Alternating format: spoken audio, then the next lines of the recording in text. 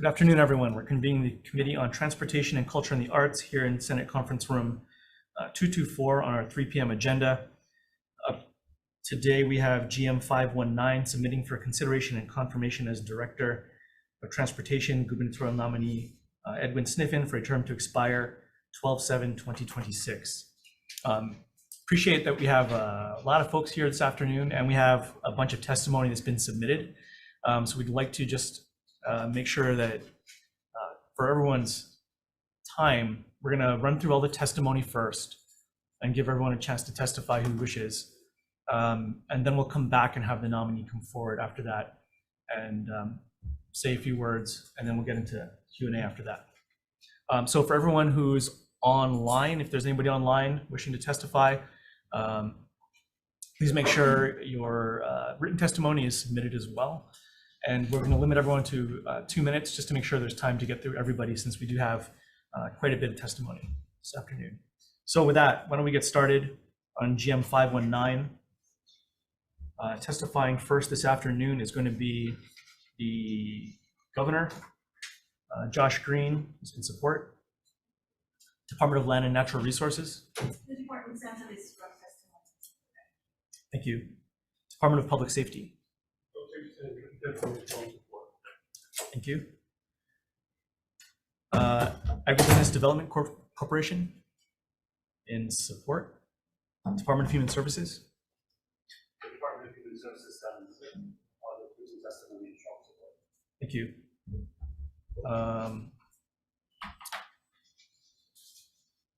Department of Human Resources Development in support. Department of Budget and Finance is all going to be in support. Department of Health, Department of Ag, Department of Law Enforcement. Oh, sorry. Thank you. Same for the Department of Law Enforcement. Thank you. HPHA in support. DHHL support. DOT Airports in support.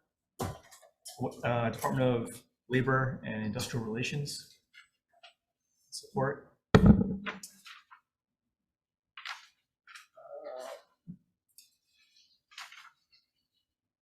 ETS in support. Department of Taxation. Board of Water Supply. Good afternoon. Please come forward.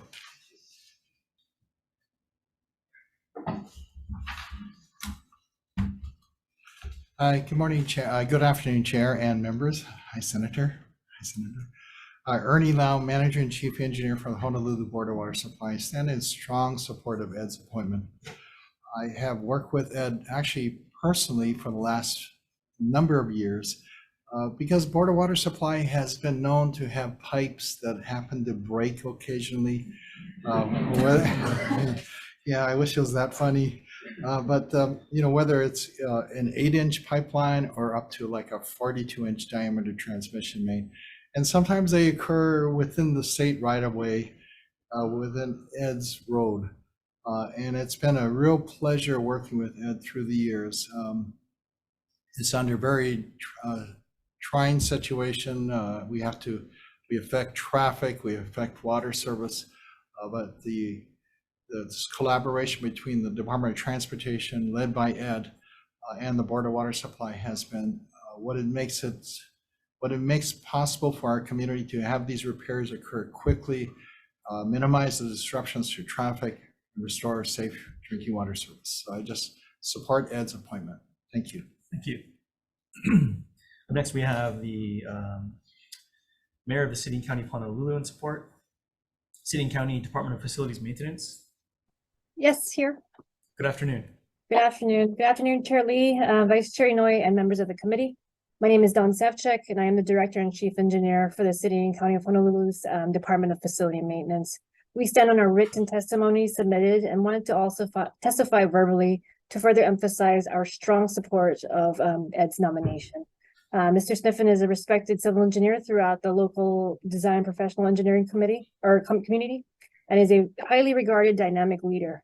He's a leader that we need for the state's transportation systems, and we at the city and DFM are energized and eager to work with him on accomplishing so much for the state and the city. So thank you for your opportunity to provide input and testimony. Thank you. Thank you. Next is the Oahu Metropolitan Planning Organization in support. County of Kauai, Mayor Derek Kawakami in support. Troy Tanigawa from the County of Kauai, County of Kauai Planning Department, all in support. County of Hawai'i, Office of Mayor Mitch Roth, in support. City and County of Honolulu Department of Transportation Services. Please stand on your. Thank you. Susan Lee Loy, Hawaii County Council District 3. I apologize, these are somewhat out of order. We're skipping county to county here. Mike Formby, on behalf of the City and County of Honolulu, in support. Boyd Gallegos from County of Kauai. Michael Wole from County of Kauai. We have Darius Kila in support. Tammy Lee in support. And a bunch of organizations. Ho'omana Pono, good afternoon. Aloha mai kako. My name is Diman Kalaimanaole, and I'm co-manager of Ho'omana Pono LLC. We are a Native Hawaiian corporation operating on the Waianae Coast. We advocate for Hawaiians and prisoners. We support, strong support of Brandon. We strong support of Ed, because we, in the community of Waianae especially, we're very loud and vocal when it comes to our community. And Ed has been there, and he came to talk to us, and he heard us, and he took our requests and our pleas seriously. There was an incident where somebody died on a road, and the community was up in uproar because they're saying DOT is at fault. You know, Ed came there to the meeting, and at the Aupua Onanakuli meeting, and he took the hit, but you could see from his reaction that it affected him as well. You know what I mean? Not a lot of leaders will come there and take a hit like that and accept responsibility, but also seek to fix the problem. And then there was a major issue dealing with them moving the bus stops. They wanted to move the bus stops in front of Stack and Save, but our kupuna cannot travel far. So they get off at the bus right there in front of Stack and Save, but they was gonna move the bus stops. But when he heard our cry and our plea, he took that into consideration. And in our community, if you take care of kupuna, we're gonna take care of you. So Ed is a person that works with our community. He loves all the communities, and he want to make it safe for everybody. There was a move, they was gonna put a bus stop right on Lulule Naval Access Road, right there off of Farrington. Trucks go up and down that road flying. If you put a bus stop there, somebody gonna die. And Ed heard that, he understood that, and he took that off the table. So this guy, it's not my way or the highway, it's Ed's highway for everybody. Thank you. Aloha. Thank you very much.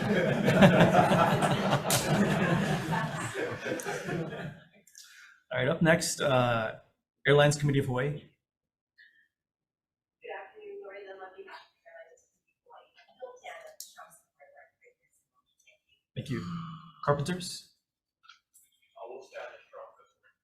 Thank you. Hawaii Transportation Association in support. Yes, aloha, Oh, Chair. good afternoon. Sorry about that. Ed, he's been one of the most innovative thinkers we've associated with. He has our wholehearted support. 2 thumbs up and shakas, mahalo. Thank you. We have Hawaiian Airlines in support. Blaine Miyasato on behalf of all the U.S. commercial carriers here in Hawaii in support. Hawaii Harbor Users Group. I'm going to go through this rather fast, so if I do skip over somebody, please just stand up and come up. Hawaii Harbor Users Group. These are all in support. Matson Navigation Company. Thank you. Imanaka Asato, LWU Local 100, Stanford Carr. Support. Thank you, sir. Young Brothers, Castle and Cook, Oceanit, Hawaii Operating Engineers Industry Stabilization Fund, Hawaiian Electric Industries, Sustainability Partners, PRP. Strong support. Thank you.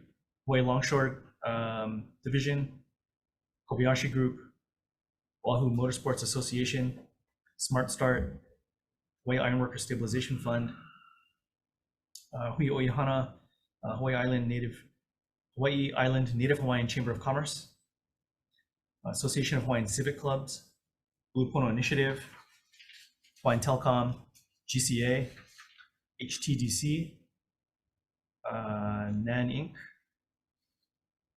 IW Local 142, Norwegian Cruise Lines, Hawaii Building and Construction Trades Council, Waimea Christmas Parade co-chairperson, Kalai Kawamura, Sanhai Government Strategies, Capital Consultants, IBEW Local 1186, Operating Engineers Local 3, Airport Concessionaires Committee, Hawaii Community Foundation, American Association of State Highway and other transportation officials, PNR Water Taxi LLC,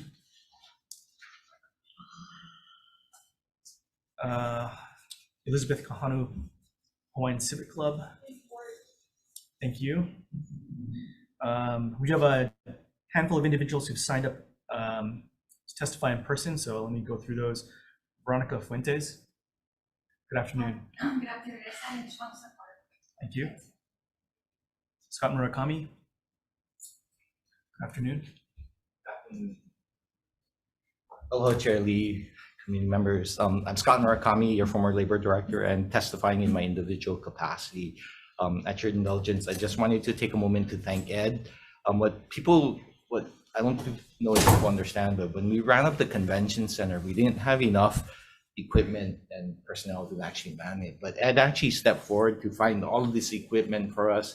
And he always assured me, hey, Scott, no worry, we got your back, we'll help you out. So I just wanted to publicly thank him and let you know that he's an exceptional leader. He always put the community first. So I humbly ask for your support in his nomination. Mahalo. Thank you. John Nauchi.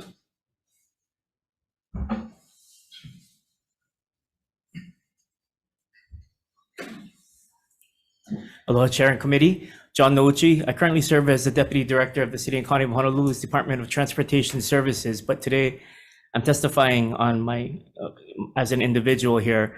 And I know my department also submitted testimony in strong support, but it wasn't enough for me to just submit written testimony. I felt like I had to come here and talk about how heroic Ed Sniffen is to the transportation industry. I mean, he's willing to do things that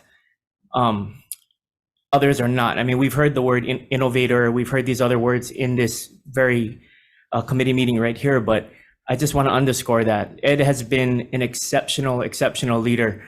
He's kind of shown us a new way of doing things, of delivering projects, of expediting response. And I think what speaks most to that, I mean, he is actually my hero for being able to push things through that have long been delayed or stayed or not in motion. And I think that is the most important thing to do right now. We have unprecedented levels of federal funding. And I feel Ed's presence, not only for me as a professional in transportation, but me as an individual who wants safer roads and better mobility for everyone.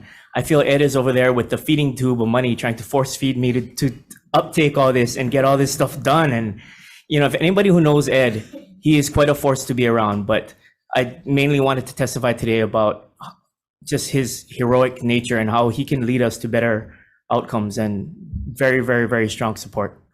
Thank you. Thank you. Next is Joseph Campos.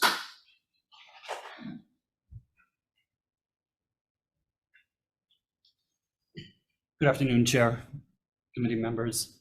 Joseph Campos, Deputy Director of the Department of Human Services, but here in my individual capacity, but my testimony is informed by my position as the Deputy Director.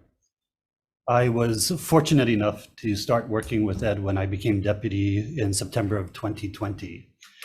And I just want to stand on my testimony in strong support, but really emphasize the fact that every time that I've interacted with Ed, we were at the height of the pandemic.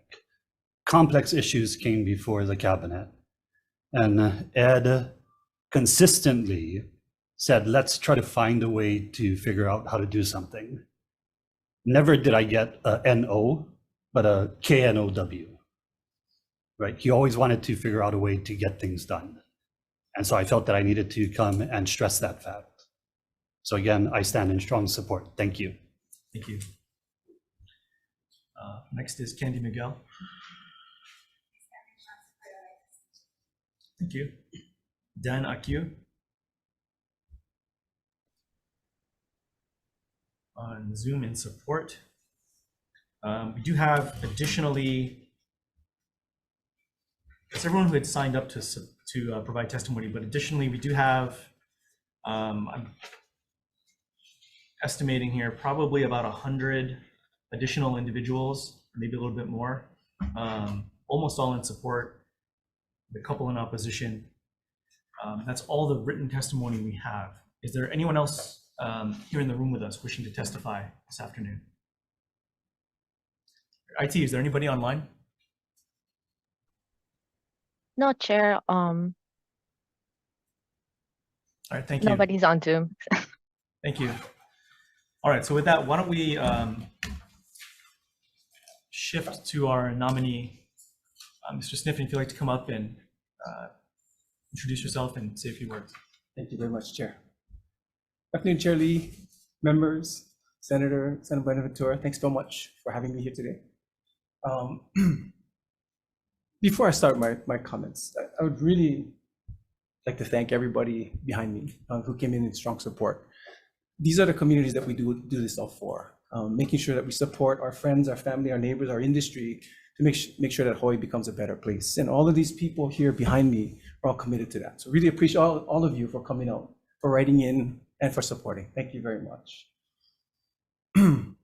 Thanks for the opportunity to come in front of you to ask for your support in this confirmation process. And I gotta say, thank you also for the partnerships that we shared in the past in making sure we move initiatives and projects forward in your communities. Really appreciate that. You guys all know better than anybody else, the range of issues and opportunities, and I underscore and capitalize opportunities in transportation today are so vast in their impacts to the daily lives of our public, the ability to shape the social and economic future of the state, and the opportunity to bring in more funding to the state to address our highest needs, that these partnerships are so important. Our partnerships here and our partnerships there. I've had the privilege of leading the Highways Division for the last 8 years, where we upgraded roads and bridges, provided broadband support to underserved and unserved communities, better connected our traffic signals, and innovated with materials, processes, and policies to increase productivity and resilience of the system. All of it pushing to make sure we attract more federal funds to Hawaii, make sure that transportation becomes a profit center for everybody. But all of it in the name of ensuring that we improve Hawaii. We improve the connections that we have for all of our friends and families to get to the goods and services and opportunities they need, to visit the families that they can. I'm super excited for the opportunity to continue that with our Highways Division, make sure that we can push forward on the improvements, but also flow these improvements into the airports and harbors operations. There's just still so much to be done across the state. And it's really time for our Department of Transportation to act like the one unit that it was created for, versus the three individual separate divisions that we operated like in the past. It's time for us to reset all of our processes and policies, to redirect our resources and manpower, and to prioritize connection and impacts to the statewide goals while maximizing the opportunity for us to attract those federal funds that are here and available at historic levels. Big mahalo to Governor Green for giving me this opportunity. The Green administration is focused heavily on housing and homelessness, energy and food security, education and economy, all things that don't sound like transportation, but that transportation directly affects daily. We're excited to see that we can get involved in these and in addressing these types of issues for the state. The team that we assembled with Tammy, Robin, Dre and Jimmy, tremendous. They've been standouts where they were before, and I'm super, super excited that they jumped in and accepted the challenge of moving all of their groups forward together. We really look forward to the partnerships with you and your peers in this building to ensure we push the funds and the projects that would best assist our communities to live today while preparing for the future of Hawaii. And before I open up to questions, I really want to point out two of my biggest advocates, but also my biggest critics. My wife, Heidi Kim, and my oldest son, Sam. I got to tell you this story first. When I told the family I was offered this job, this opportunity to become the director of transportation, Sam and his twin brothers, who are 17, but at a baseball game right now, said, "Dad, I don't know if you should take this job." I asked him why. Would something be wrong? He said, "Yeah. Remember back when you first started in 2014 and you broke the zipper? Our friends were upset at us for like a week. Now, if you break airports and harbors, we might not have any friends during high school." So, but appreciate all that they've gone through as I've gone down this journey, and their continued support as we move forward. Thank you very much. Thank you. Okay, other questions? I have a lot, but whoever wants to go first. Well, thank you, Director Sniffen, for your willingness to step up into your role. And first, I just want to acknowledge your HDOT field team, in particular, Mr. Abe, for really being responsive to community concerns or inquiries our office had, even during my time at the City Council, that were state jurisdictions, and they've been tremendous and outstanding. And also to your work, especially with a lot of road repaving going on, whether it's our freeways, even at our airports, which is much needed. They've been tremendous to improving a lot of the dilapidated roadways that we've had throughout our state. So thank you in your term as Highways Director and what you've done, and it's been tremendous. Thank you very much, Senator. Yeah, just a few questions that I do have. First of all, I know you touched out a little bit about vision. I think as recent as this morning's paper this week talked about fatalities on our roadways. And I know that you're very mindful of that. And, no one wants to see a life lost. So what do you foresee are ways that we can achieve, getting to that vision zero, or in a case where we strive to have zero fatalities on our roadways? Really good question. And let me pause a little while because I'm going to be throwing out a whole bunch of numbers. But I'll tell you, it sucks to have to talk about this from a numerical perspective. Because every number represents a life and a family that gets impacted daily. Last year, we had 116 fatalities. Prior to that, in the COVID years, when all the rest of the states in the nation's fatalities went up, ours went down. We had 94 and 86, which was great numbers. Two numbers up below 100 that hasn't happened in a long time. But we went back up to 116. 116 is the general average. In general, we average about 107 fatalities every year, mixed between in-vehicle occupants, pedestrians, bicyclists, motorcyclists, and moped riders. When we started looking at this in 2014, the number was down at 95, went further down to 94. We thought the improvements that we made in education, in enforcement, and infrastructure actually worked now. We went down from a high of 160 in 2006 all the way down to 94, 2 times under 100 for the first time in 15 years. We thought we had it. We had the formula. Next year, it went up to 120. Year after that, 117. Went back down again, but it kept going back up. In general, average of 107 fatalities per year. In the beginning, we used to tell everybody we have a 100% safe system, except for the 55% of people who are driving drunk and drugged, except for the 35% that are driving over 30 miles per hour over the speed limit, except for the 25%, and of course this is an undercounted number, of people driving distracted. So stop doing that. We stopped killing 80% of the people. We started appealing to hearts, to minds, and then to wallets to try and see if we can increase the fees for citations. None of that worked. So we decided instead of depending on the enforcement, and I'm not saying PDs are doing anything wrong. Our police departments are awesome partners in helping us to enforce these issues. but they're limited. We can't have a policeman at every corner, every time, all the time. So instead of focusing on the enforcement, we're now focusing on a system that will help police people, which is why you see more speed management devices throughout the system, more raised pedestrian crosswalks, more speed humps, more roundabouts in the system to make sure that it's physically impossible for you to speed, regardless if you're driving drunk, regardless if you want to speed, and regardless if you're distracted. Those implementations are in your way now to make sure that if you lose control for any reason, we'll stop killing people. We're going to continue that. Right now we have 160 speed bumps on the system. We have another 60 planned to make sure that we're covering all areas on our state system that are school crossings. Make sure we can protect our most vulnerable in areas where we know there's going to be highest volumes of conflict between vehicles and pedestrians and bicyclists. Then we started extending to areas that we know we have issues. We built out a new safety platform that allows us to see the speeds across the system and see hard braking on the system. Hard braking means there's some kind of issue there that's causing friction. So we send our teams out to ensure that we can start mitigating them before the crash happens, before the fatality occurs. Make sure we can bring down those numbers systematically throughout the system. The difficulty is we cannot move fast enough to get rid of the 107 fatalities tomorrow. That pisses me off because 107 people are dying due to issues that are absolutely avoidable. Stop driving drunk, stop speeding, stop driving distracted. 80% go away immediately. So on top of those infrastructure improvements that we're making, we're looking at enforcement, increasing enforcement. And you guys helped us out with this, the red light running cameras. That photo enforcement means there's a policeman at that corner 24/7. Anytime you run the red light in that area, you'll get a ticket. And that's helping us reduce those occurrences in those areas, reduce those T-bones that occur from that, and reduce those people who might get hit in those crosswalks.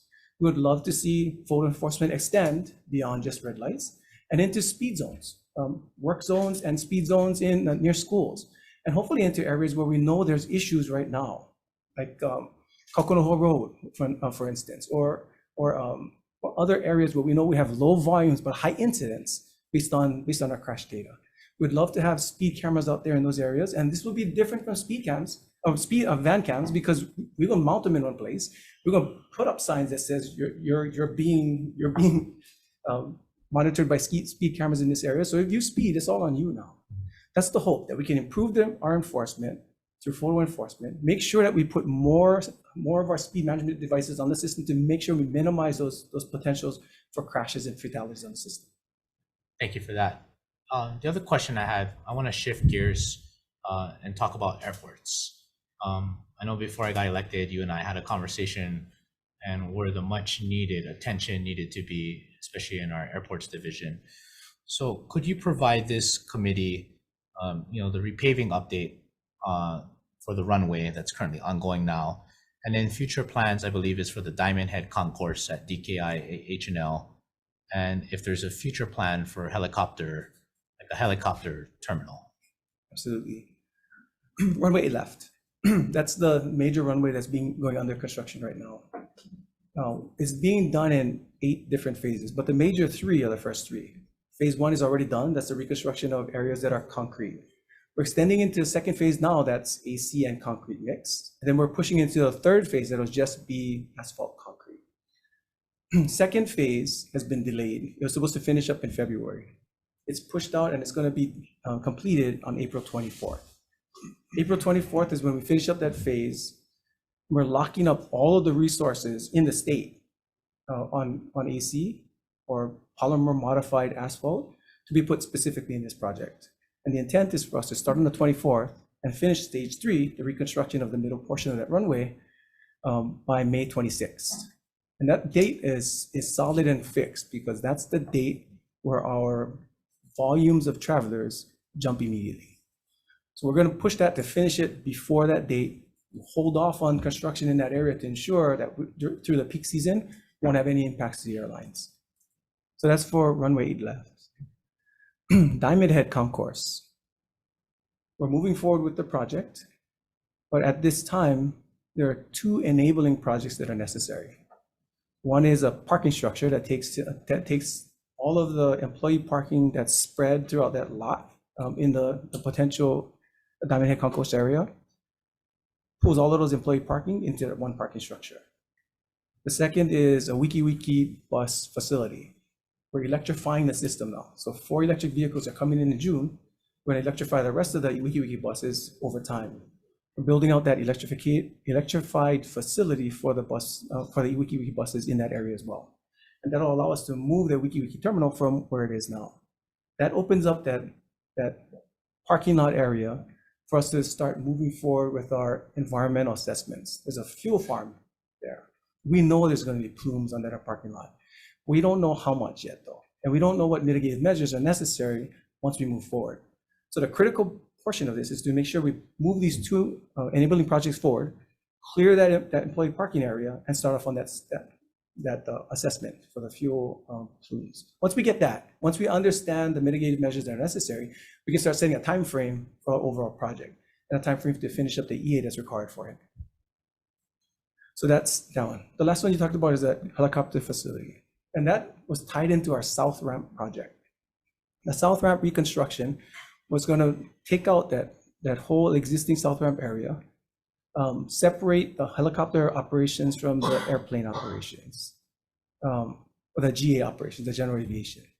That being said, there was never a time frame that was set for it. There was a price that was set for it, about 500 to 600 million, but never a time frame. We also had some potential plans to expand out into the Aolele areas as well. But all of those are just general descriptions of discussions. There's no time frame or no plan set for that operation yet. In the interim, our airports managers are looking at that South Ramp area to see how we can physically separate the 2 operations now, given the facility that we have. Thank you. And my final question, thank you, Chair. As you and I know, it can be quite a commute heading back to Central Oahu with traffic. But in addition to that, ongoing projects. So I did see there was a lot of testimony, from DTS, different groups, that live variously throughout our state. So what assurances can we get for better coordination of projects statewide, so that there is not an impact, especially to West Side commuters that have to travel home?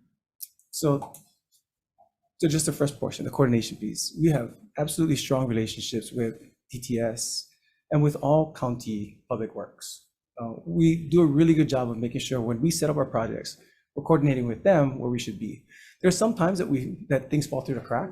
Senator Keohoko had to call me one time when the county had a project right next to one that we were doing right on our main road. We had to make sure that we reset the coordination on that one to ensure we minimize the impacts to everybody. And we did. So appreciate you letting me know. But I'll assure you that every time we move forward on projects, there's going to be impacts. But I'll assure you also that every time we have those impacts, we try to minimize them as much as possible. For the most part, we try to get all the work done at night. If we cannot get it done at night because the work is too close to existing homes or the noise variances don't allow it, we'll move forward with construction during the daytime, but we'll minimize that daytime construction. At night, if we can get it, we'll try and close down as many lanes as possible. So you've seen on the town area where we're doing the reconstruction there, to make sure that we can minimize the time frame of the project, we shut the whole highway down and we detour everybody off into parallel routes. But we give everybody a 1 month's notice to make sure everybody understands it and plan for it. Thank you, Mr. Sniffen. Thank you, Charlie. Okay. Yeah. Other questions? Okay, thank you. So Ed, I've always admired your ability to do your job. I mean, when we talked before, I like the fact that you did innovative stuff like shutting down Pali Highway to do the COVID-19 vaccinations and testing. However, like in my community, I guess unlike Y&I, we feel that HDOT has not been responsive to our needs. Okay, so for instance, let's talk about the state transportation, the STIP. Every year, HDOT goes to various communities and basically have public forums asking them, what are their priorities? And in my community, we've said we want it because my community, Puna District, fastest growing district in the state, okay?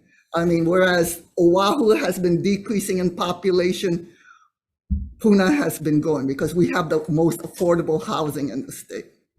So my community for the past 10 years or more really, since Senator Kahele was in, has asked for a 4-lane highway, and it was in the STIP, and all of a sudden it disappeared. What happened?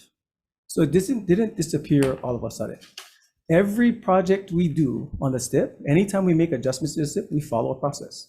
There's a public process to everything. We take in the comments from the public, we inform the public of our decisions, and then we make the decisions happen. So for that specific project, we don't have $140 million to widen Keaupahoa Road. Okay. That's the decision. And that's a tough one to make. So in different areas, this happened in many communities. First conversation I had when we started paring down the STIPs to ensure they were financially constrained was the Senate president. Kapaa bypass, $500 million improvement in that area had to go. We didn't have the funding to push it forward. We didn't have the justification on the cost benefit. Second project we had to discuss, a Hawai'i bypass. I was on the STIP for 30 years. Hawai'i bypass, we didn't have $285 million, and Senator Inoue knew it. So we had to discuss on how we would change things to ensure we start addressing needs with the funding that we have and the infrastructure that we have. So those projects had to go. So it wasn't just your community. It was many communities that we had these kind of conversations with. Demont was at the meeting when I talked about a second access into Waianae. 35 years they were talking about that project. We had to tell them we're not going to do it. And we did it because we knew the impacts to the community would be tremendous if we started going through those cultural areas. $285 million to put a parallel route into the system that ended before the H1, H2 merge. If that happened, there's no real benefit to the community in the morning times. So all of these considerations have to be made when we're making these decisions. And they're not easy ones. And I understand that. I understand that there isn't monies for everything. And I understand that Highway 130, at least the original project from Keau to Pahoa, may have been underfunded. But at the very least, shouldn't we have been given notice? I mean, we have these STIP meetings every year. Okay, and I think, except for the last two because of COVID, when the last time it was Don Smith, who was the district engineer, he talked about roundabouts. He did not talk about removing the 4-lane highway. So why wasn't the public, why wasn't my community informed that it was no longer gonna be in the STIP? I think we do a pretty good job of informing the communities. But if we miss this, we'll definitely make sure we don't do it again. The biggest concern I have, and then this is on the projects themselves. When projects are on the STIP that don't have funding, that we don't have a designated funding source, we're lying to the public. And we've done it how many years already? With all the projects that we left on the STIP because we wanted to make sure the public understood that we're thinking about them was a travesty. Okay. If we put it on the STIP, we better be able to build it. So from my perspective and the department's perspective, if we put it on the STIP, we have the funding designated. We have the wherewithal to deliver it, and we're moving forward on it. Okay, so basically, in the event you're confirmed as director, every project that's on the STIP will stay on the STIP because you have stated or you have found that there is monies or will be monies going forward? Every project that's on the STIP will have a designated funding source. Every project may not stay on the STIP if things change as we move forward. Okay, so for instance, the Highway 130, back in 2018, you know, one of our jobs as legislators is to go cajole, beg, ask the money chairs for monies for our specific projects. So in my particular one, like I cajoled, I begged to put in, I know it's not enough for the entire project, but at least for some of the project, about $40 million. And I think, what happened to that monies though? The 40 million? Yeah. It wasn't released for that project. Okay. So even though we were able to control our money chairs, you said that it's not there. So what has been released though, according to a letter by then Governor Ige, was at least $800,000 for improvements and acquisitions of properties at Maku and Orchid Land Drive. And I'm assuming that's for roundabouts. That's correct, for the roundabouts.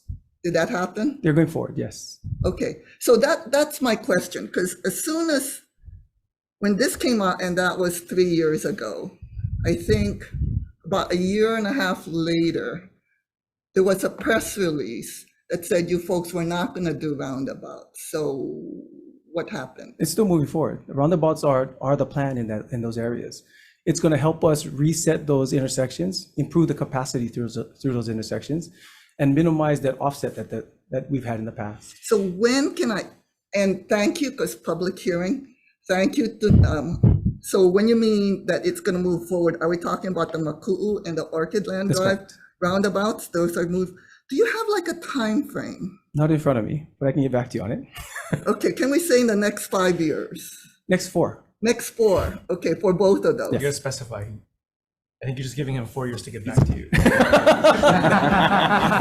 Thank you, Chair. Okay, next 4 years, you're gonna build those roundabouts. Yeah, we're going to move forward, yes. Okay, thank you. And one of the is one of the roundabouts that really the community really wanted, but got built too small, was the Ainaloa roundabout. Yeah. So that So one's when gonna is get- that one going to be expanded? It'll be upgraded. The thought process is though, to move forward on the other 2 roundabouts first, Okay, to make sure we can, because we've already moved forward on the acquisition of properties around it. right, according to the letter. So we'll move forward on those. And the increase in size of the other roundabout will follow that, because we've got to go through the acquisitions again. Okay, okay, next thing, sorry. Again, as part of the public process, in March, Senator Inouye and I held a town hall in my community regarding the speed limit change from 55 down to 35 miles per hour. You were not present, but you brought George, Asidi, and Harry was there. What kind of assurances can I give my community that public hearings will occur, or at least some kind of traffic study before a 20-mile-per-hour decrease is made? You won't get any. And I'll tell you why. When we start making these changes for safety purposes, we're going to pull the trigger very quickly. And we've seen the concerns from the public when we went through no rights on red. We've seen the concern from your community with the reductions in speed, and we've seen it when we put in the raised pedestrian crosswalks. But if we're doing it to save lives, I'm going to do it very, very, very quickly. But I'm very quick to adjust if we see the decision that we made is not giving us the safety benefits that we expected. So in that area, I agree with you. We're staying at 35 in the areas near the school and near the post office. We'll go back up, but we'll go to 45 in the areas outside of it. Okay. So he responded to our letter. He's responding to our letter now. Yeah. Okay, Yeah, he that, said I he's just want to gonna make change sure. it. Okay. Yeah. So when can we expect at least up to 45? Because like I pointed out It in the happened letter. today. Thank you so much, Director. But let me say, I was really happy to see the bill go forward this year that allows us to move forward by reducing speeds on the system without having to go through a traffic study. I thought that absolutely meant the legislature understands the need for us to act very boldly from safety purposes. We just talked about the 117 fatalities we had last year. An atrocity that I don't want to ever repeat again. So if we can pull these triggers to do things fast, to get them done and make sure that we reduce the fatalities on the system, we're going to do it. Okay, no, and I understand that. And I think my community understands that, especially in sensitive areas. But like the senator over in the West, we have a lot of commuters in my district where we travel, an hour sometimes. And when you decrease the speed limit, you increase their commute time, in this case, by about 50%. And we're talking about quality of life too, yeah? I get it. And this is the thing. I disagree that we increased it by 50%. I'll say that first. But what I will say is we didn't sequence this one right. When we looked at the speed limit reductions through this area, it wasn't just for the 35 or the two sensitive areas that were there. As you know, we were looking at extending that speed limit reduction for a long way. You're talking about Highway 11. Yeah. And we're extending it a long way because we had fatalities and major incidents in those two different areas. So we thought if we got 35s separated by 3 miles, we'll keep everything at 35 to ensure that there's no roller coasting in speeds. But in this case, we did only the first 5 miles, which made no sense for the other for that reduction in speed that we had. We're reassessing on whether or not we'll take that other portion up to 35, but we've already increased the speed. Okay, thank you very much. And lastly, sorry. So during the interim, some of us, and I think I got one because received anonymous letters or basically, I'm just going to quote, Mr. Sniffen has been out of control and unmanageable in his time as deputy director, and they fear retaliation. So he has been accused multiple times of workplace harassment, including filings by 2 senior managers. And in fear of their jobs, witnesses refuse to corroborate what happened. Mr. Sniffen brushes accusers aside and joked that he treats everyone the same, meaning he's an A to everybody. He is known to frequently use foul language during staff meetings, creating unpleasant or awkward situations. I have heard, since you have been director, that you're, at least with your employees, that it is a better working environment now that you've been director since prior. What kind of assurances will your employees have that you'll be a kinder, nicer Ed Sniffen? None. None. I'll tell you, but maybe you should ask some of the employees that are here to come up and talk about it. Because I'll tell you this. All I'm aware of is one workplace violence grievance that came against me, and everything was clear. Nothing happened. I mean, there was the AG did investigation, and there was no findings. So I don't know about the other that you're talking about, and I don't know about the other complaints that you have. What I'll say is, when we start working with our employees, we're looking at their morale from the beginning. And the best way to push the morale is when everybody has a purpose and everybody understands the impacts that they have on the system when they're pushing forward. 99% of our employees are amazing. They bust their butts to make sure they get the projects out. They make sure that they understand we're not only working on this first wheel. There are 7 other things that are depending on this first thing getting done. And they know it. They're pushing forward to make sure they work as hard as they can to get it out. That's their job. You'll see our employees on the side of the road when it's raining to make sure that we get all the debris off the road. You'll see them out there doing all emergencies. They're awesome employees. But there's a 1% that have to be reminded that you cannot sit back. You cannot choose when to and not to work. You cannot sit back and consider that you can make policies in your place based on your thought process. You cannot think that the world revolves around you. And when we have those types of employees, I'm very, very quick to make them understand the frustration that the public has with that kind of activity. And I know that frustration because I hear it personally. So I'm very quick in making sure that they understand their jobs, they understand the expectations, they understand the resources that we push into everything, and they understand they must get their work done. Because all of us are being paid by the public daily, and all of us have to daily show the public why they're paying our salaries. Okay, but office morale should be one of your priorities. It absolutely is. It's absolutely the priority. And like I said, talk to any of the employees that are behind me. Call any of them. Okay, but then they could be the ones who are fearing retaliation. Because I mean, frankly, I commute to and from Hilo, and I sit next to these Hilo DOT employees once in a while, and they talk story and the like. And I gotta tell you, your reputation of being very difficult with your staff is more than this letter. I mean, some of them have retired early. Difficult meaning high expectations? Yes, absolutely. Difficult in that they feel that they are being treated badly, that they are being yelled at, that they are being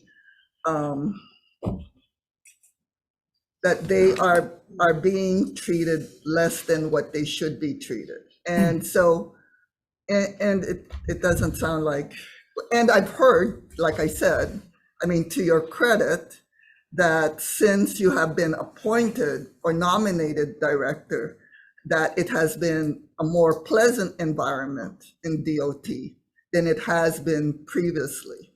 So I don't know. I don't know whether or not you're right that those people who are complaining have retired and decided that they can't handle it anymore. But I guess what I want to know is, and it doesn't sound like you're apologetic at all, so I don't know where else to go with this. I guess one last thing is communication between you and the state legislature. And I pointed out, it sounds like from county, I could see mayors, your support with the and the Board of Water Supply, and I'll admit, whenever I talk to you, like that letter, you are responsive, and thank you for that, for being responsive. But sometimes I would like it if you inform us, okay? And specifically, like I told you, the naming of the roundabout in Pahoa. You responded because a county council person asked you to do it, but you didn't inform me. And so I couldn't talk to the volunteers who are cleaning up around that area about what is going to occur and what their input was. And as a result, we no longer have the volunteers who are cleaning up the area. You know, Yeah. so I would just like better communication. Like I told you, the SNP being removed out, the responding to counties. And it's nice to know that you're going to put up my speed limit again for Highway 11, because you have like no idea how many complaints that went down. Appreciate that. And I apologize for the roundabout. That was absolutely my fault. So what we did was make sure that if there's any requests that come in from the counties, we always tie back into the area legislators on the state side. Yes, especially since it's a state highway. Thank you. Thank you. Further questions? Hi, Ed.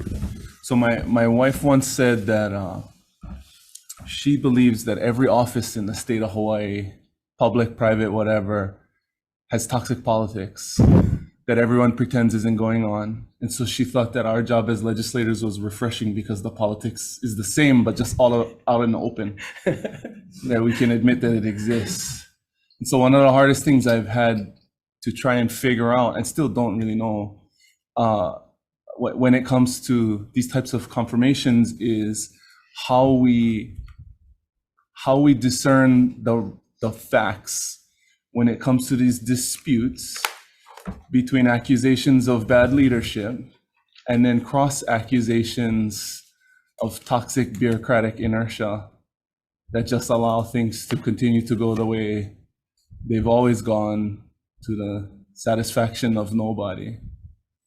And so I've also gotten a number of those anonymous reports, and I've gotten anonymous reports from many confirmations over the years from many different individuals who've been up for these types of positions that come before the Senate. And it is just very difficult to discern whether the people on the opposite side of the invisible, office politics are right, or whether they're not right, or whether there's a kernel of truth to all of it, and we all need to work together to make the thing a little better.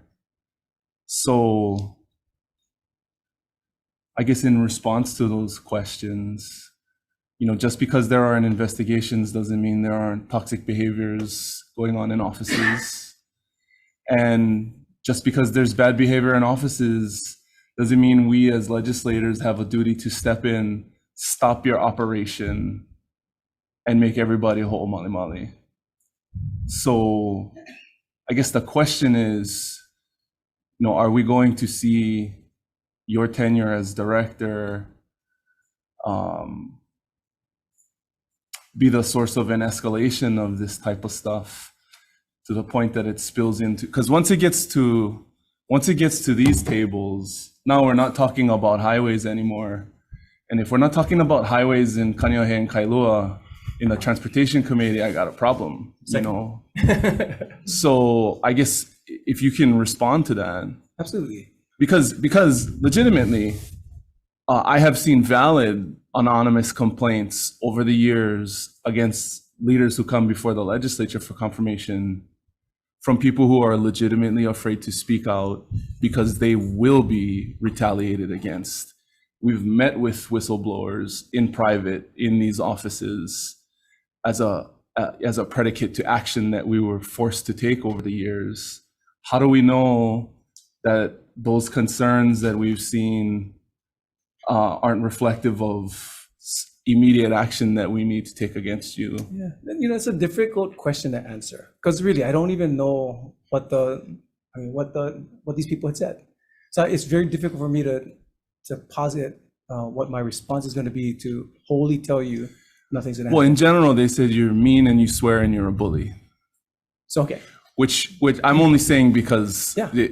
On this floor, we have been known to be accused of that type of behavior as well. So I feel like you would understand. Absolutely. If I bring it out in the open. Let me say that it would not be in my benefit if I as the director wanted to make sure that my term here was as productive as possible. Would not be in my benefit to bully my staff and my employees. You cannot be a leader without any followers. You cannot get the productivity that you need, especially in a department as important as ours, if you're just strong arming everything through. It doesn't work like that. For us, we make sure that everybody understands what the mission is, and we make sure that way because we have the staff inform it. Our senior managers had set our strategic plan for highways. Our senior managers had taken it down to their staff levels to ensure that everybody understands it. We open up all hands meetings with the staff to ensure that everybody can feed into the discussions on where we're going, what we're doing, how we do it. And again, though, if somebody is not performing, if somebody is lagging behind, the last thing I want to do is tell them it's okay. So I'm not gonna tell you, I'm not gonna be hard on that people, but I will tell you that meeting when I lose it, that's the fourth or fifth meeting. The first meeting is when we talked about what the expectations are, where we're gonna go and how we're gonna do it. The second meeting was asking how many resources you need for these different areas with this time frame that we're giving you to get this all done. Third meeting was revisiting the expectations and letting them know, hey, this is where you are right now, this is where we need you to be. What do you need from us to get you up there? The fourth meeting was to make sure that we reassured them, we got your back, but you gotta go. And the fifth meeting was, this has gotta stop now. That expectation that we gave you 6 months ago to make sure that we got you to a point where everybody needed to be is gone now. Now we got to jump in and now we got to get this done for you. That's not acceptable. And it's not acceptable because the 99% that are actually doing their job and getting everything done are looking back at that to see how we're going to handle it.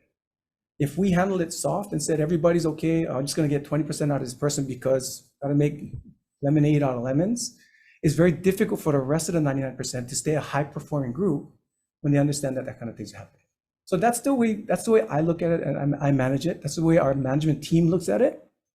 So I cannot say that I'm not going to have hard conversations with people. What I am going to say is that we prepare everybody for it. We make sure that the resources are given to them. We make sure that the training is there before we have those hard conversations of you're just not performing well. So, and I also don't want to overgeneralize the feedback that we've gotten anonymously, but I did think I've been trying to think of exactly how to preface this to you so that you have the opportunity to respond to it at the table, since I have received those reports. And it creates this awkward situation for us because I'm ignoring them if I don't at least try and address it with you, and you should have the right to have it done in public so everybody can see. Senator, and we appreciate that. And then we'll take this back to the group to make sure we can have that conversation with everyone. One of the big things that I'll always tell the group, I'm always open to hearing feedback. I'm always open to seeing how we can do things better. And when we get there, I want to make sure that everybody understands it's a go forward thing, not a standstill thing. Well, so, and if there are follow-up questions along this line, then I'll yield. But I guess just to pivot off of that response back to Senator San Buenaventura's discussion about the STIP. I mean, don't you think it's fair, and wouldn't you agree that because the the amount of highway funds that come in and out of the Department of Transportation is so large. And there are so many different projects being juggled in the pipeline that are subject to so many different factors, like an extraordinary amount of rain in the Uanin Valley, you know, that's caused a lot of disruption on the Poly Highway project, for example, that there's a general difficulty with transparency when it comes to the overall picture of what's happening with highway construction. I don't want to say there's a lack of transparency, because I'm not sure if there's a lack or it's just so big that we haven't communicated it out in a way that's really effective for the public and for us as legislators. Would you say that was fair? I think that's fair. Okay, so what are you gonna do to help us out with this? So what we've been doing is making sure that we populate as much of our information as possible on our websites. So if on our project status map, we have our schedules for every project that's under construction right now, and every project that we're developing to put out the next 2 years. So we're showing everybody status of everything and all the impacts that you're going to have, and what you can expect coming up in the 2-year time frame. That's on our project status maps right now. And as you said, though, I would love to say I put this project out, going to be done in 2 years. But the fact is, though, environmental issues, unforeseen conditions have impacts to the delivery schedule, and sometimes, and most times, to delivery cost. So Senator San Buenaventura asked, what happened to the $40 million I put into the budget? That $40 million was put in highway funds, and those highway funds were needed to cover the overages of costs that came in from unforeseen conditions or extensions because of weather, those types of things. So that's why when we start looking at the project schedules, it is difficult for us to tell you exactly when and how much is going to be spent and done by a certain time frame. But we try our best to put it out in those status maps. If you guys see anything on those systems, I mean, on our website, on those project status maps, you'll see all the information that we use to make decisions. The volumes of highway on the highway, our condition of the highway itself, the fatalities that occurred in those different areas. And you'll see the project status of each of the projects that are ongoing in construction right now. For a while, we weren't very good at updating it monthly, but we're pretty good at it now. So if you look at the website, it'll give you a good snapshot of where we're at daily. And we update that every month. But if there's information that's missing that you or your constituents see, please let us know. We're happy to put more out there. So I can appreciate that. I do think, because like I'm trying to pull it up on my phone right now because that's the general user experience of my constituents. You know, I do appreciate the effort that you folks have put into it. I think in response to the discussion specifically, it does, even for me, and I've had a great experience working with you on highway projects in our district, could be better, but it's been great. It is hard to keep track of things. And I have come to appreciate in this position the reasons why, and have learned to be a little more discerning about when I get impatient with these projects when viewed in the context of the bigger picture. So I do think we should have discussions, you know, as you move forward about a dashboard or just some sort of larger illustration of how much is actually going on Oahu and statewide, so that when we are trying to find ways to quick access information out to the public, people can at least see a snapshot of the bigger picture to provide some context to what's going on all over the place.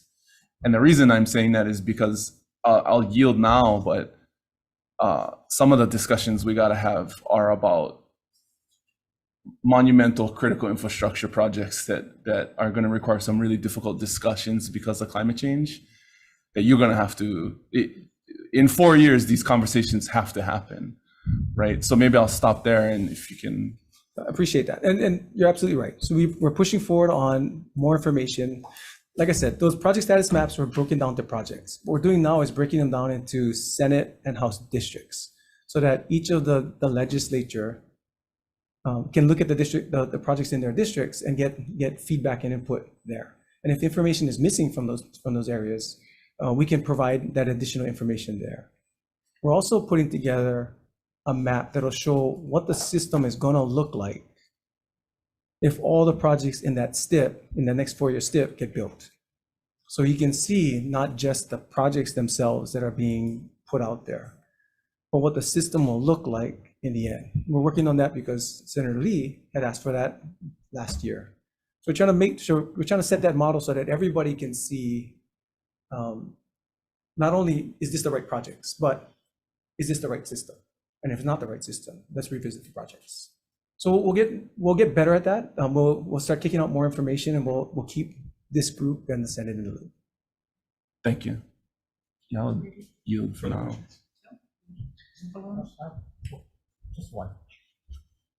Just one quick question. Sorry, I know previously this is my last, but it just came to mind when I saw Chair Inouye come here. We had a discussion in Waterland regarding small boat harbors and the potential for transfer over back to HDOT. Dre is not gonna like you after this, man. Well, I've known her since grad school, so do you have a position on that?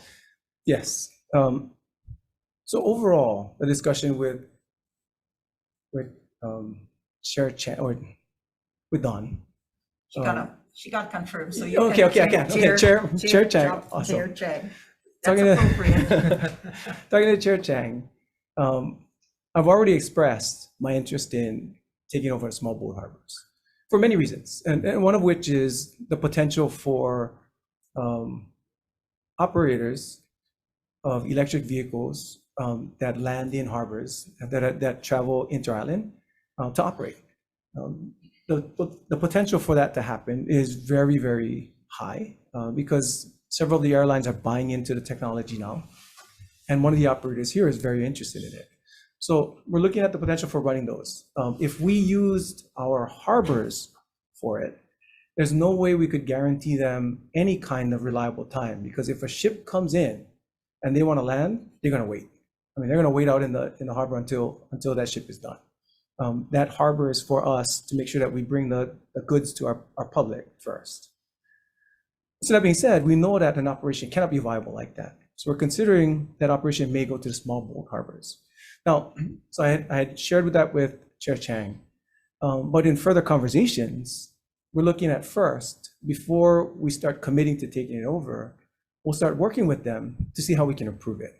So Dre is going to be connecting with Ed Underwood or his assigns to see the improvements that we can make together to improve those small boat harbors now. There's a potential that maybe we don't need to take them over, that they can be successful on their own. Or we might have to have a further discussion to take them in the future. Either way, we're going to be involved to make sure that we look at the benefit of the state through these potential electric vehicle flights that may be coming through for the benefit of Hawaii. Thank you, Chair.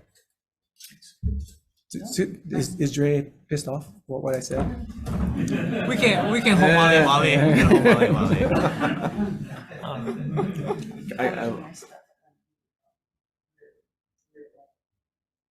Okay. One more. So, and this, so my first year on the committee, so this probably has been a discussion for a while. But if you can just quickly articulate, from my count, we have at least 4 Makai airports, one of which is on the reef, and many, many, many miles of high capacity freeway corridors, highway corridors that are right on the ocean. So to go back to what I was saying, during your 4 years, what is your vision for how we engage the community about what we're going to do about all of that? So during the highways time, we pushed forward on our climate adaptation action plan. So we found that 20% of our highways will be inundated by 2100, based on the SLUREXA. That 20% of highways equals to about $15 billion in funds if we're to relocate or elevate those highways. That being said, as you spoke about the North Shore area, where we have highways that are being impacted now, that will be inundated in the future. Discussions are not just elevate or relocate, because that's going to be a $1.5 to $2 billion project to do that.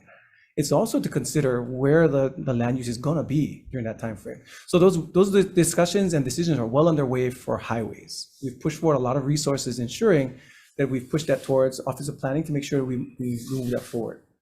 In May, as you know, we're going to be having a community meeting with that community or that North Shore area to talk about what's going to be happening to their areas and what kind of input they should have now into the future of their communities. For airports, that adaptation action plan hasn't been addressed. So we've put in a special project position to move us forward in that area. Did we already select it?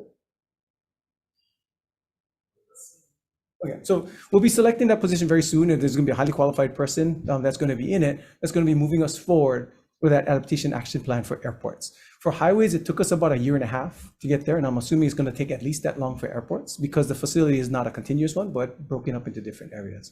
And the same for harbors. We have a position there as well. We're going to make sure that we tie all of the adaptation action plans together, because if harbors increases their resilience by increasing their height, but doesn't tie in with highways, then we're going to have an area where we drop off onto Cam Highway that just doesn't connect. So we'll make sure we tie all those together. That's the go forward. So it's going to be about 1.5 years before the two other divisions get their adaptation action plans together, and probably another 0.5 year to tie them all three together. I cannot think of anything that is even close to more expensive than the three things you just talked about. I totally agree with you. Totally agree. So it's going to be a big lift, but we're going to be doing it in phases.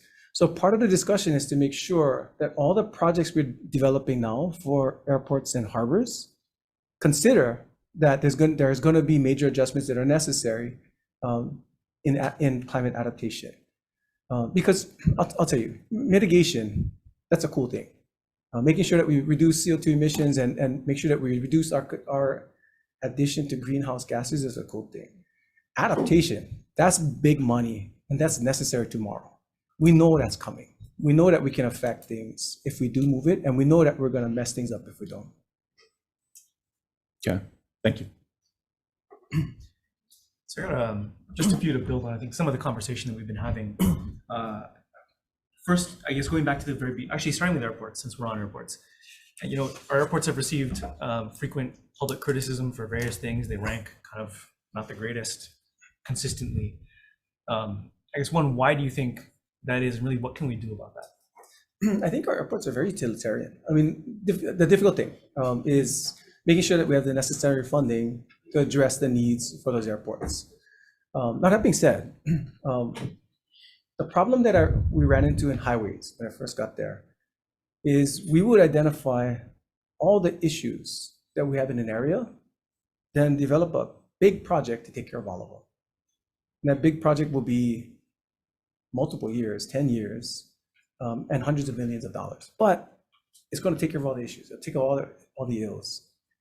Fully understanding, though, we still have those problems today. We're going to have them for the next 10 years. So one of the big adjustments that we made on highways is when we started looking at all of these issues, we started taking care of those issues immediately. We can still plan for the long term. We can still plan for what we need in the future, but all those issues of today have to get addressed in some way, shape, or form. So we always went with a short, mid-term, and long-term approach. I think that's what was lacking at airports for a little while.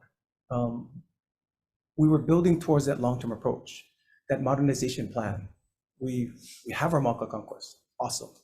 But that Malka Concourse makes Terminal 1 look really, really bad now. And Terminal 2, just as bad. And Diamond Head Concourse, even more important to build out right away, even though that's going to take another 10 years to develop. So what we're doing is taking a short-term approach on things now, making sure that we address the safety needs first. All the runway areas, all the taxiway areas got to get addressed, got to get updated. In the terminal areas, we can spend $4 to $5 million to refresh the area, using new carpeting, new flooring, making sure we clean the bathrooms, power wash the bathrooms weekly, to ensure that they're clean when everybody comes in, with light cleanups during the daytime, making sure that lighting is appropriate in the area, ensuring that the floors get waxed and clean. And we got these new robots that are kind of cool to do that. Making sure that those things that we can control now get controlled. And while we're hitting that, getting more feedback from the community on what they expect. So we recently started talking story with Haneda Airport, who runs most of the Japanese tourists that come to Hawaii through their area. They were nice enough to do a study, a survey for us, to talk to their long-time travelers and ask them, what do you think about Hawaii Airport. And you could tell they were being really nice when they presented it to us, but they gave us a lot of key input that we could do immediately. One of the biggest ones they saw, I get off the plane, I don't know where to go. Oh, actually first, when I get off the plane, there's no Instagram area. So putting out pop-ups with Hawaii-based visuals that they can go take pictures at the airport was a big thing for them. Second, I don't know where to go. So having our VIP staff, instead of manning the lines or for check-ins, they started going out and being deployed at the terminals. So when people come off the plane, they can greet them, they can welcome them to Hawaii, they can start pointing out areas for them. Fully understanding that, I mean, that feel is the Hawaii feel, but fully understanding that's not sustainable long-term, making sure that we have QR codes throughout the airport. So once you get off, you can shoot it and it'll tell you where to go for everything. It helps out with that decision-making or wayfinding a lot better. Let us know when they get out, when they go to the bathroom, it doesn't smell fresh. So they were being very, very polite about it. But because of that, our airport manager is pushing out power washing for their facilities weekly now to make sure that everything's deep cleaned once a week. Then the daily cleaning can follow through that. Make sure that things smell a lot more fresh as people come through. And let us know that when they get to areas transitioning from the airport to their rental car, there's nothing to do. Give us more vending opportunities. Give us more commercial space so we can do something. Even though it's 20 minutes, let us do something. Let us spend money.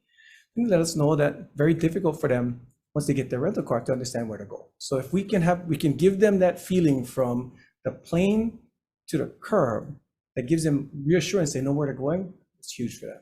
And the same coming back. They wanted to make sure that when they go from the curb or through security, they can have that same experience. When they get inside the security area, so we've been working with, for security, we're working with TSA to try and see how we can better utilize our resources. One of the things we're working on is making sure that we have an automatic timer for each of our checkpoints. So everybody understands how long it takes to get in for that line at the time. It helps not only the traveler to determine how long they're going to wait, but they can also choose which checkpoint to go to. We'll post up those visuals on areas they can go to. We'll also post it online, so they'll know exactly how long they need to get to the airport in advance of their flight. And we're posting it up in our offices and TSA's offices. So they'll know if they're approaching 25 minutes, it's time to put more resources to these areas to better improve the experience of everybody going through those lines. Inside, they let us know that there's not enough commercial spaces that they want to buy from. So it's time to readjust things, because if they only can buy high-end things and not Hawaii things, they don't need to be in Hawaii. And last, when they get to the hold rooms, they want to make sure that they're comfortable. So those are the feedbacks we got from them. We have a Terminal 2 project upgrade that we're focusing on now. And in the past, our operational push was to make sure that the user group of the airports and the airport operation fed into what that project was going to look like. We're going to open that up to make sure that HCA is involved, and some of the resorts are involved too. Because as you had mentioned to us before, some of the resorts think that they got to make up for the bad experience people had at the airport. So we want to make sure we tie those experiences in so we can be as consistent as possible. Thanks. Really appreciate that. Obviously, that's something we all, particularly I think Senator Inouye, more than the rest of us, goes through on a regular basis. Agreed. And I got to say though, our airport staff, awesome group. They do their best to make sure they can operate that airport with what they have. They've been low on employee resources for a long time. We're trying to reset their pay, especially in the areas that are highly necessary. And for us, we're down about 100 janitors. We put out a hiring for 200. We hired 20 of them. So we know it's going to take some time and take some doing. We're working with the union to see if there's opportunities for us to contract things out just to fill gaps, not to take positions away. But we know we got to do something. Thanks for that. I want to move back just to the very beginning when we were talking about safety on our roads and fatalities and that sort of thing. Just building on the conversation we had, we talked about Vision Zero and all of that. How do we ensure we actually get there, right? Because we do all these projects, like hundreds of them at any given point that DOT's got in various stages. How do we, is there a plan or a timeline or calendar for how we can get meaningfully below 100 and eventually down to 0? That's a tough one to nail down. I think the discussion in the past was we've always had our towards zero death platform since 2006, since we had that historic high of 160 fatalities per year in that year. Since that time frame, our Highway Safety Council had put together tactics that we would implement every year with the intent to reduce the fatalities by 10% every year. And it works, and then it doesn't. Then it works, and then it doesn't. In the past, it was very difficult for us to push forward on things that would potentially offend the public. I think we're past that now. So putting in these speed management devices, putting in more enforcement in different areas, I think will help us tremendously. And I think it will be exponential if we can put in more speed enforcement on the system to ensure that some of these bad behaviors go away pretty quickly. Now, that being said, when we start looking at a system that we have, the 50 million that we asked for in the bill, the safe routes for people, would be significant in getting these moving quickly. The difficulty in the past has been for safe routes to school funding or for other federal funding to be put into the system was very difficult and onerous for the counties or for the nonprofits. But getting state funding into this that allows us to push forward on the highest priorities of the system throughout the state, whether it's state routes or county routes, would be transformational. I think when we start looking at the types of funding that we could put into things in the overall discussion, I think I can give you a time frame from there. Thanks. Just moving on, sort of adjacent to that, I think probably second to traffic fatalities that you see in the news, cost of living and cost of transportation is, we all feel it, right? And we are obviously a very car-dependent state, and price of fuel and everything else makes it just really expensive here.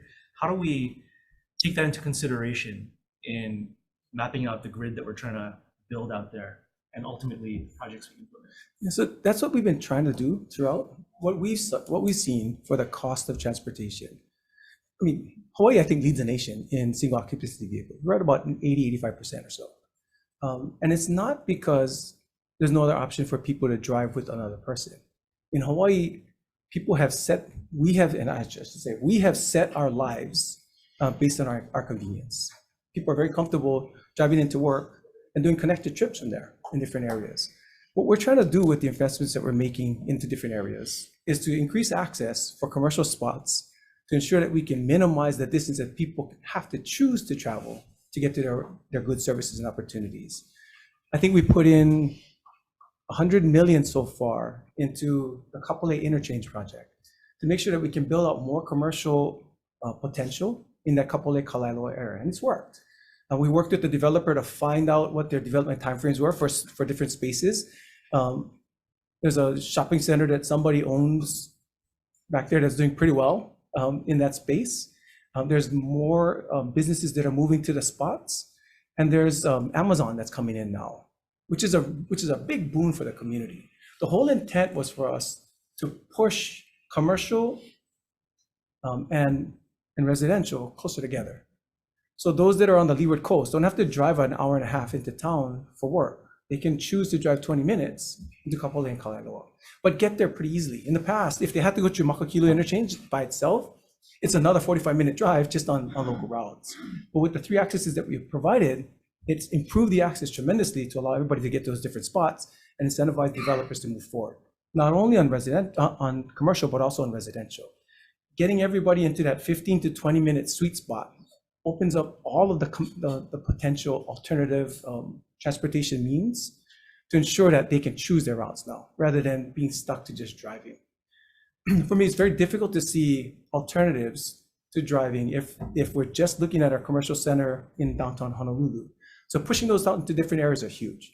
Now, that being said, pushing the options are big. Getting them more vehicles that allow them more mobility, like the e-bikes that have been going through are tremendous. Also allowing them the potential for transit. I know that rail is a controversial project, but one that will be transformative when it's done. So we've been putting a bunch of money and resources behind rail. This year, we're kicking over 60 million to make sure that we can help them close their gaps in different areas. We've been pushing money towards them to ensure that they can improve our roads, our roadways, and our routes while they're building out their system. We put out another 25 million to bus and their transit systems on all islands to ensure that we can help them with their rolling stocks, their electrification, and their operational moves in those areas. So they're tremendous. We don't control transit. We want to make sure we assist as much as possible.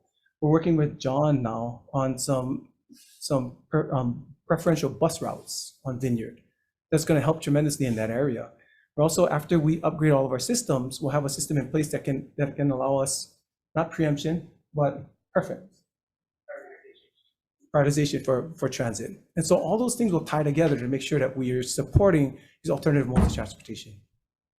Thank you. And just doing a quick time check, we've got to wrap up pretty sorry. soon here. Can So I catch my flight? yes, so I had one last question. You'd be going through a brand new airport almost, almost there.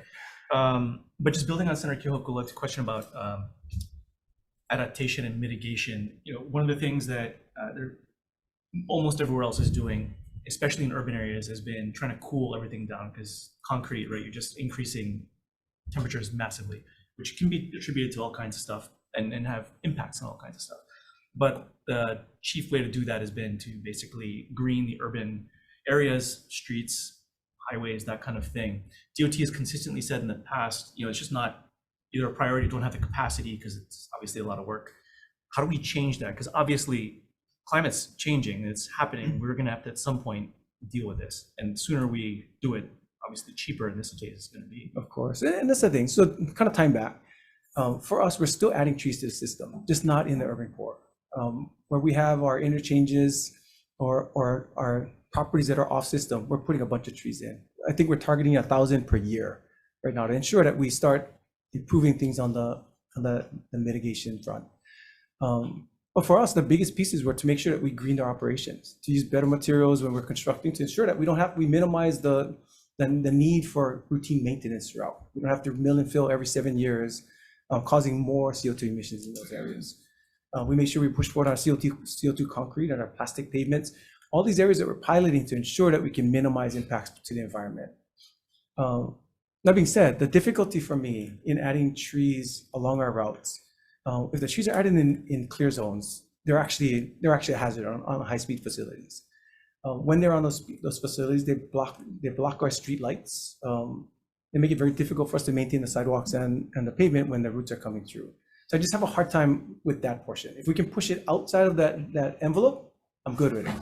But inside the envelope, very difficult, especially on the maintenance side. So happy to keep working on that to see where we can put those trees in to make sure we minimize those kind of occurrences. All right. And then the last thing, I know there's a bunch of other questions other folks had sent us, and we have, can we follow up after the fact, send you a handful of questions we can distribute to the committee.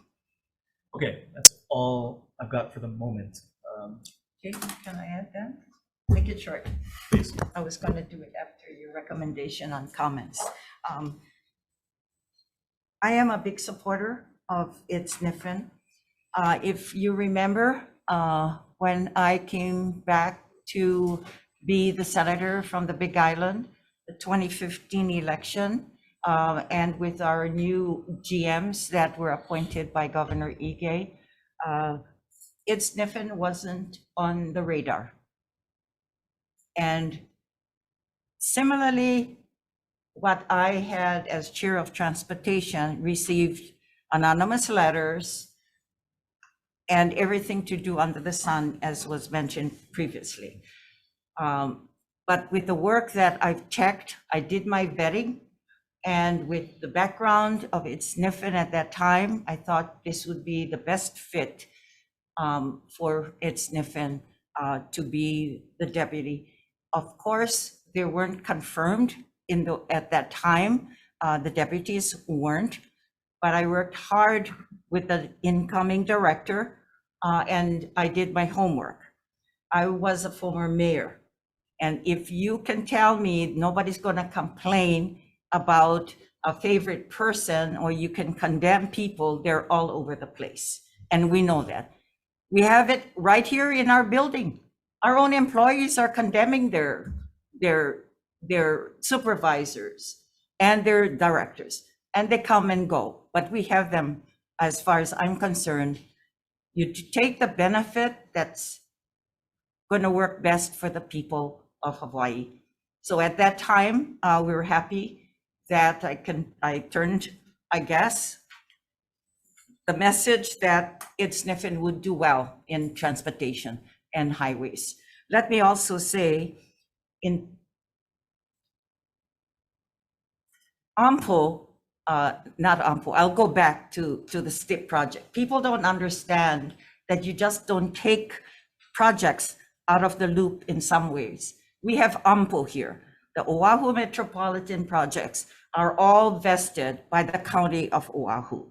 They're the ones that decide, working with DOT, what should be done for this island.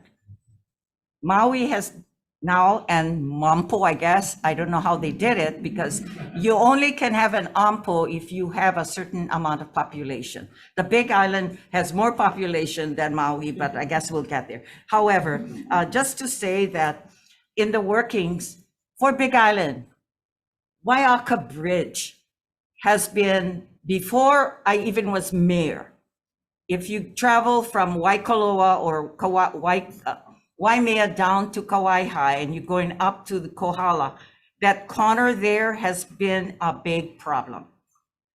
I've dealt with that. My first 10 years I left, I come back, and we're happy that Ed was still around. We finally got that project going. God bless. I hope I can see a blessing for that time. But there were results, and people don't understand that when you have the act of God, and there's problems. Kauai, highways was involved. Kauai's flooding, the Pali Highway. So when we needed cash, we needed monies. We don't predict gods in our budget. So when you need to take money, and we all know you take from Peter to pay Paul, so the money dwindles to several projects. And I was hoping that Senator San Buenaventura would hear this as well. But that's the life of the budget and the cycles. So having said that, another spill, Ed, hopefully we should look at continuing the discussions on the airport authority. With all the problems we're having, let's concentrate on highways and harbors. Airport authority, we're one of 3 states that are not in the system. It's a sad. And they pay for everything. We don't contribute from general funds. So why are we peddling how we're gonna take care of toilets? How we're gonna look at Hilo Airport? We finally, 2005, we passed the modernization plan for the airports. And I was hoping Brennan Morioka would be here. Under the Lingle administration, I worked in 2005, I was the chair of transportation. I left in 10 years after, in 2008. I come back and it's still not done. Thanks to the Ige administration, I can say 2015, we finally started doing our modernization plans, airports and harbors. Having said that, I'm going to, because I need to catch a flight, but I'm in strong support for advice and consent. That's my wish, and let's move on, Mr. Chair. I think we're ready for the vote. Okay, thank you. So appreciate everybody's patience and due diligence for the committee members and the senators, Senator San Buenaventura, who joined us. Appreciate, I think, on behalf of the nominee, your willingness to come before us and step up to play in the first place, of course, on a platform for which there's no shortage of very difficult issues. I can say on my part, it has been refreshing to work more collaboratively with DOT over the last year or so, or certainly this year, both highways and bills and things that have been before us, as well as airports and some of the work that's going on there. So I think in that spirit, I hope and I expect that collegial relationship between the legislature and DOT will continue. For all our members and all our districts and all the issues that have yet to even arise. And hopefully we can work together, but recommendation is going to be to advise and consent to Mr. Sniffen. So any further discussion? Can I say briefly, 30 seconds? if I may. I think the one aspect, and in support of your recommendation, Chair, the one aspect that I'd like to share with the public is I did have an opportunity to work with Director Sniffen when I was chair of the Oahu MPO. And during the transition over, Mr. Sniffen and myself, along with Senator Moriwaki and a few others, were part of the transition team to select a new ED for the Oahu MPO. And Mr. Sniffen was very knowledgeable about facts and data, wanting to ensure to have the right person in that. And because of his experience, I've known Mr. Sniffen for over a decade. And I know that I have good faith in him, in terms of what he wants to accomplish for our state and moving projects forward. Of course, notwithstanding the concerns that some were raised here today, but I look forward to working with him. Thank you, Chair. Yeah. The first thing I ever got done in office was the Kahikili Contraflow project, and I never did it. Ed Sniffen did it. I just took the credit for it. I have always appreciated the director's willingness to just try and to do things, and an acknowledgement and accountability for the fact that if you try and do things, sometimes you break eggs, sometimes you make mistakes, and sometimes you got to take accountability for that along the way. I think we need more people like that in state government. I'm very happy to support your nomination. Thank you, Chair. Okay, if there's no further discussion, Vice Chair for the vote. Okay. For the Committee on Transportation and Culture and the Arts, the chair's recommendation is to advise and consent GM 519. Chair Lee. Aye. Vice Chair goes aye. Senator Elefante. Aye. Senator Keoho Kalole. Aye. Okay. Senator Awa is excused. The measure is adopted, Mr. Chair. Thank you. Thank you very much, everyone. We're adjourned.